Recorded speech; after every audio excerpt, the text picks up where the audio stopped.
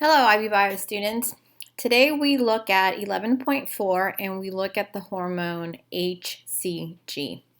So the essential understanding is that hCG stimulates the ovary to secrete progesterone during early pregnancy. So I'm going to quickly go back to what you learned in SL or HL1 bio when you looked at the menstrual cycle.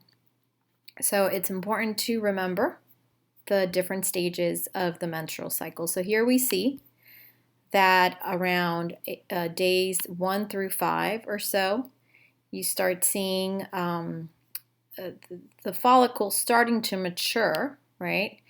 And look at the endometrial wall. It's not empty, but it's been depleted a lot because this is around the time that the female is menstruating. So blood is being released from the endometrium.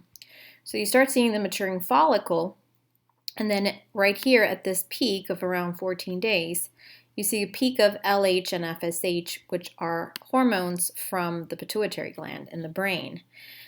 When these peaks go up as such, that is going to allow for the ovum to be released from the mature follicle. And then the ovum is going to be released from the ovary and it's going to travel down the fallopian tubes. Notice that you also have an increase of progesterone at this time, but the levels, you have an increase of estrogen at this time, but the levels of progesterone stay low. Now, as the follicle moves down the fallopian tube, if it doesn't get fertilized by a sperm, then that ovum is going to develop into the corpus luteum.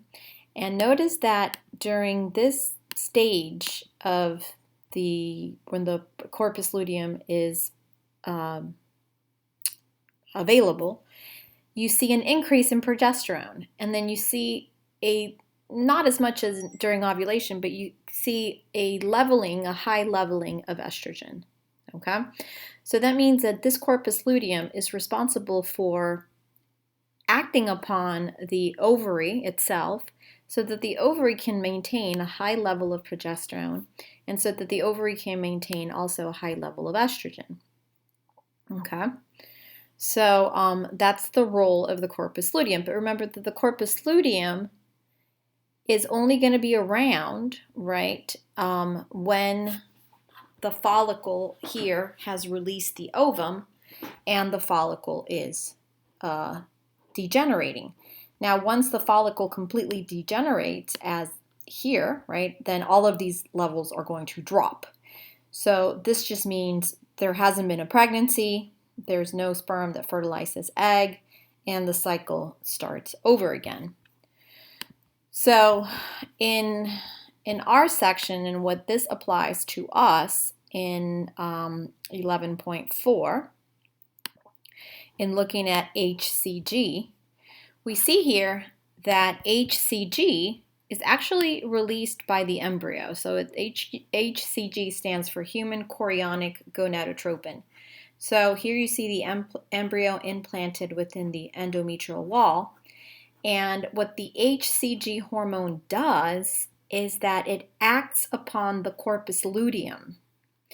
And the corpus luteum maintains itself. Okay, so the corpus luteum doesn't degrade inside the ovary.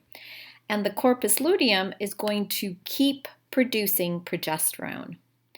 And this hormone is going to help maintain the endometrium, is also going to thicken the cervix, and is going to help maintain the endometrium, which is going to allow for this embryo to be properly nourished. Once this embryo continues to develop, and eventually this embryo is going to develop into a fetus, and the placenta is also going to develop. Once the placenta develops, the placenta is going to be responsible for progesterone production. And at that point, the corpus luteum is no longer needed. The corpus luteum is going to degenerate. and hCG levels here are going to drop, which is going to allow the corpus luteum to degenerate.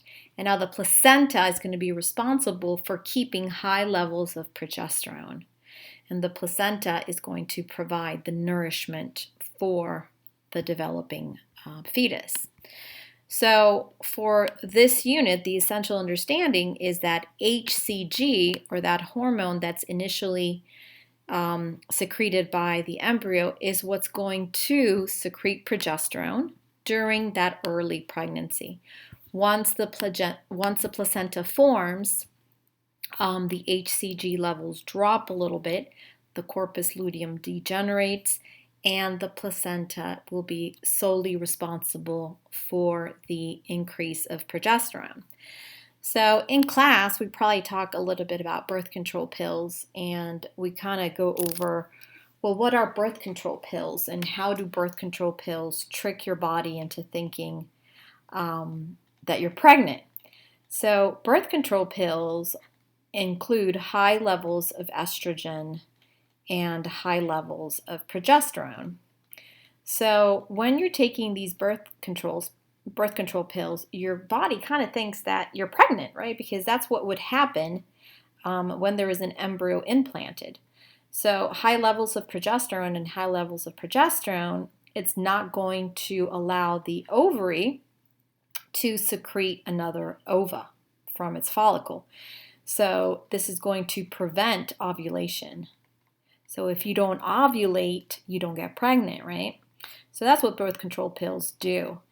And depending on the birth control pill that you're taking, you can control when you can get your period or not, right? Usually you can opt for getting your period every month, every 3 months, or every 6 months, depending on your birth control pill as prescribed by your physician. And when you stop taking these pills for, let's say, 5-7 days, and you take placebo pills or sugar pills, then your estrogen and progesterone levels drop, which allow for the shedding of the endometrium. Okay, so that's just a little, extra side information and a nice little review of the information that you learned back in SL or HL1. Okay, that is it for today.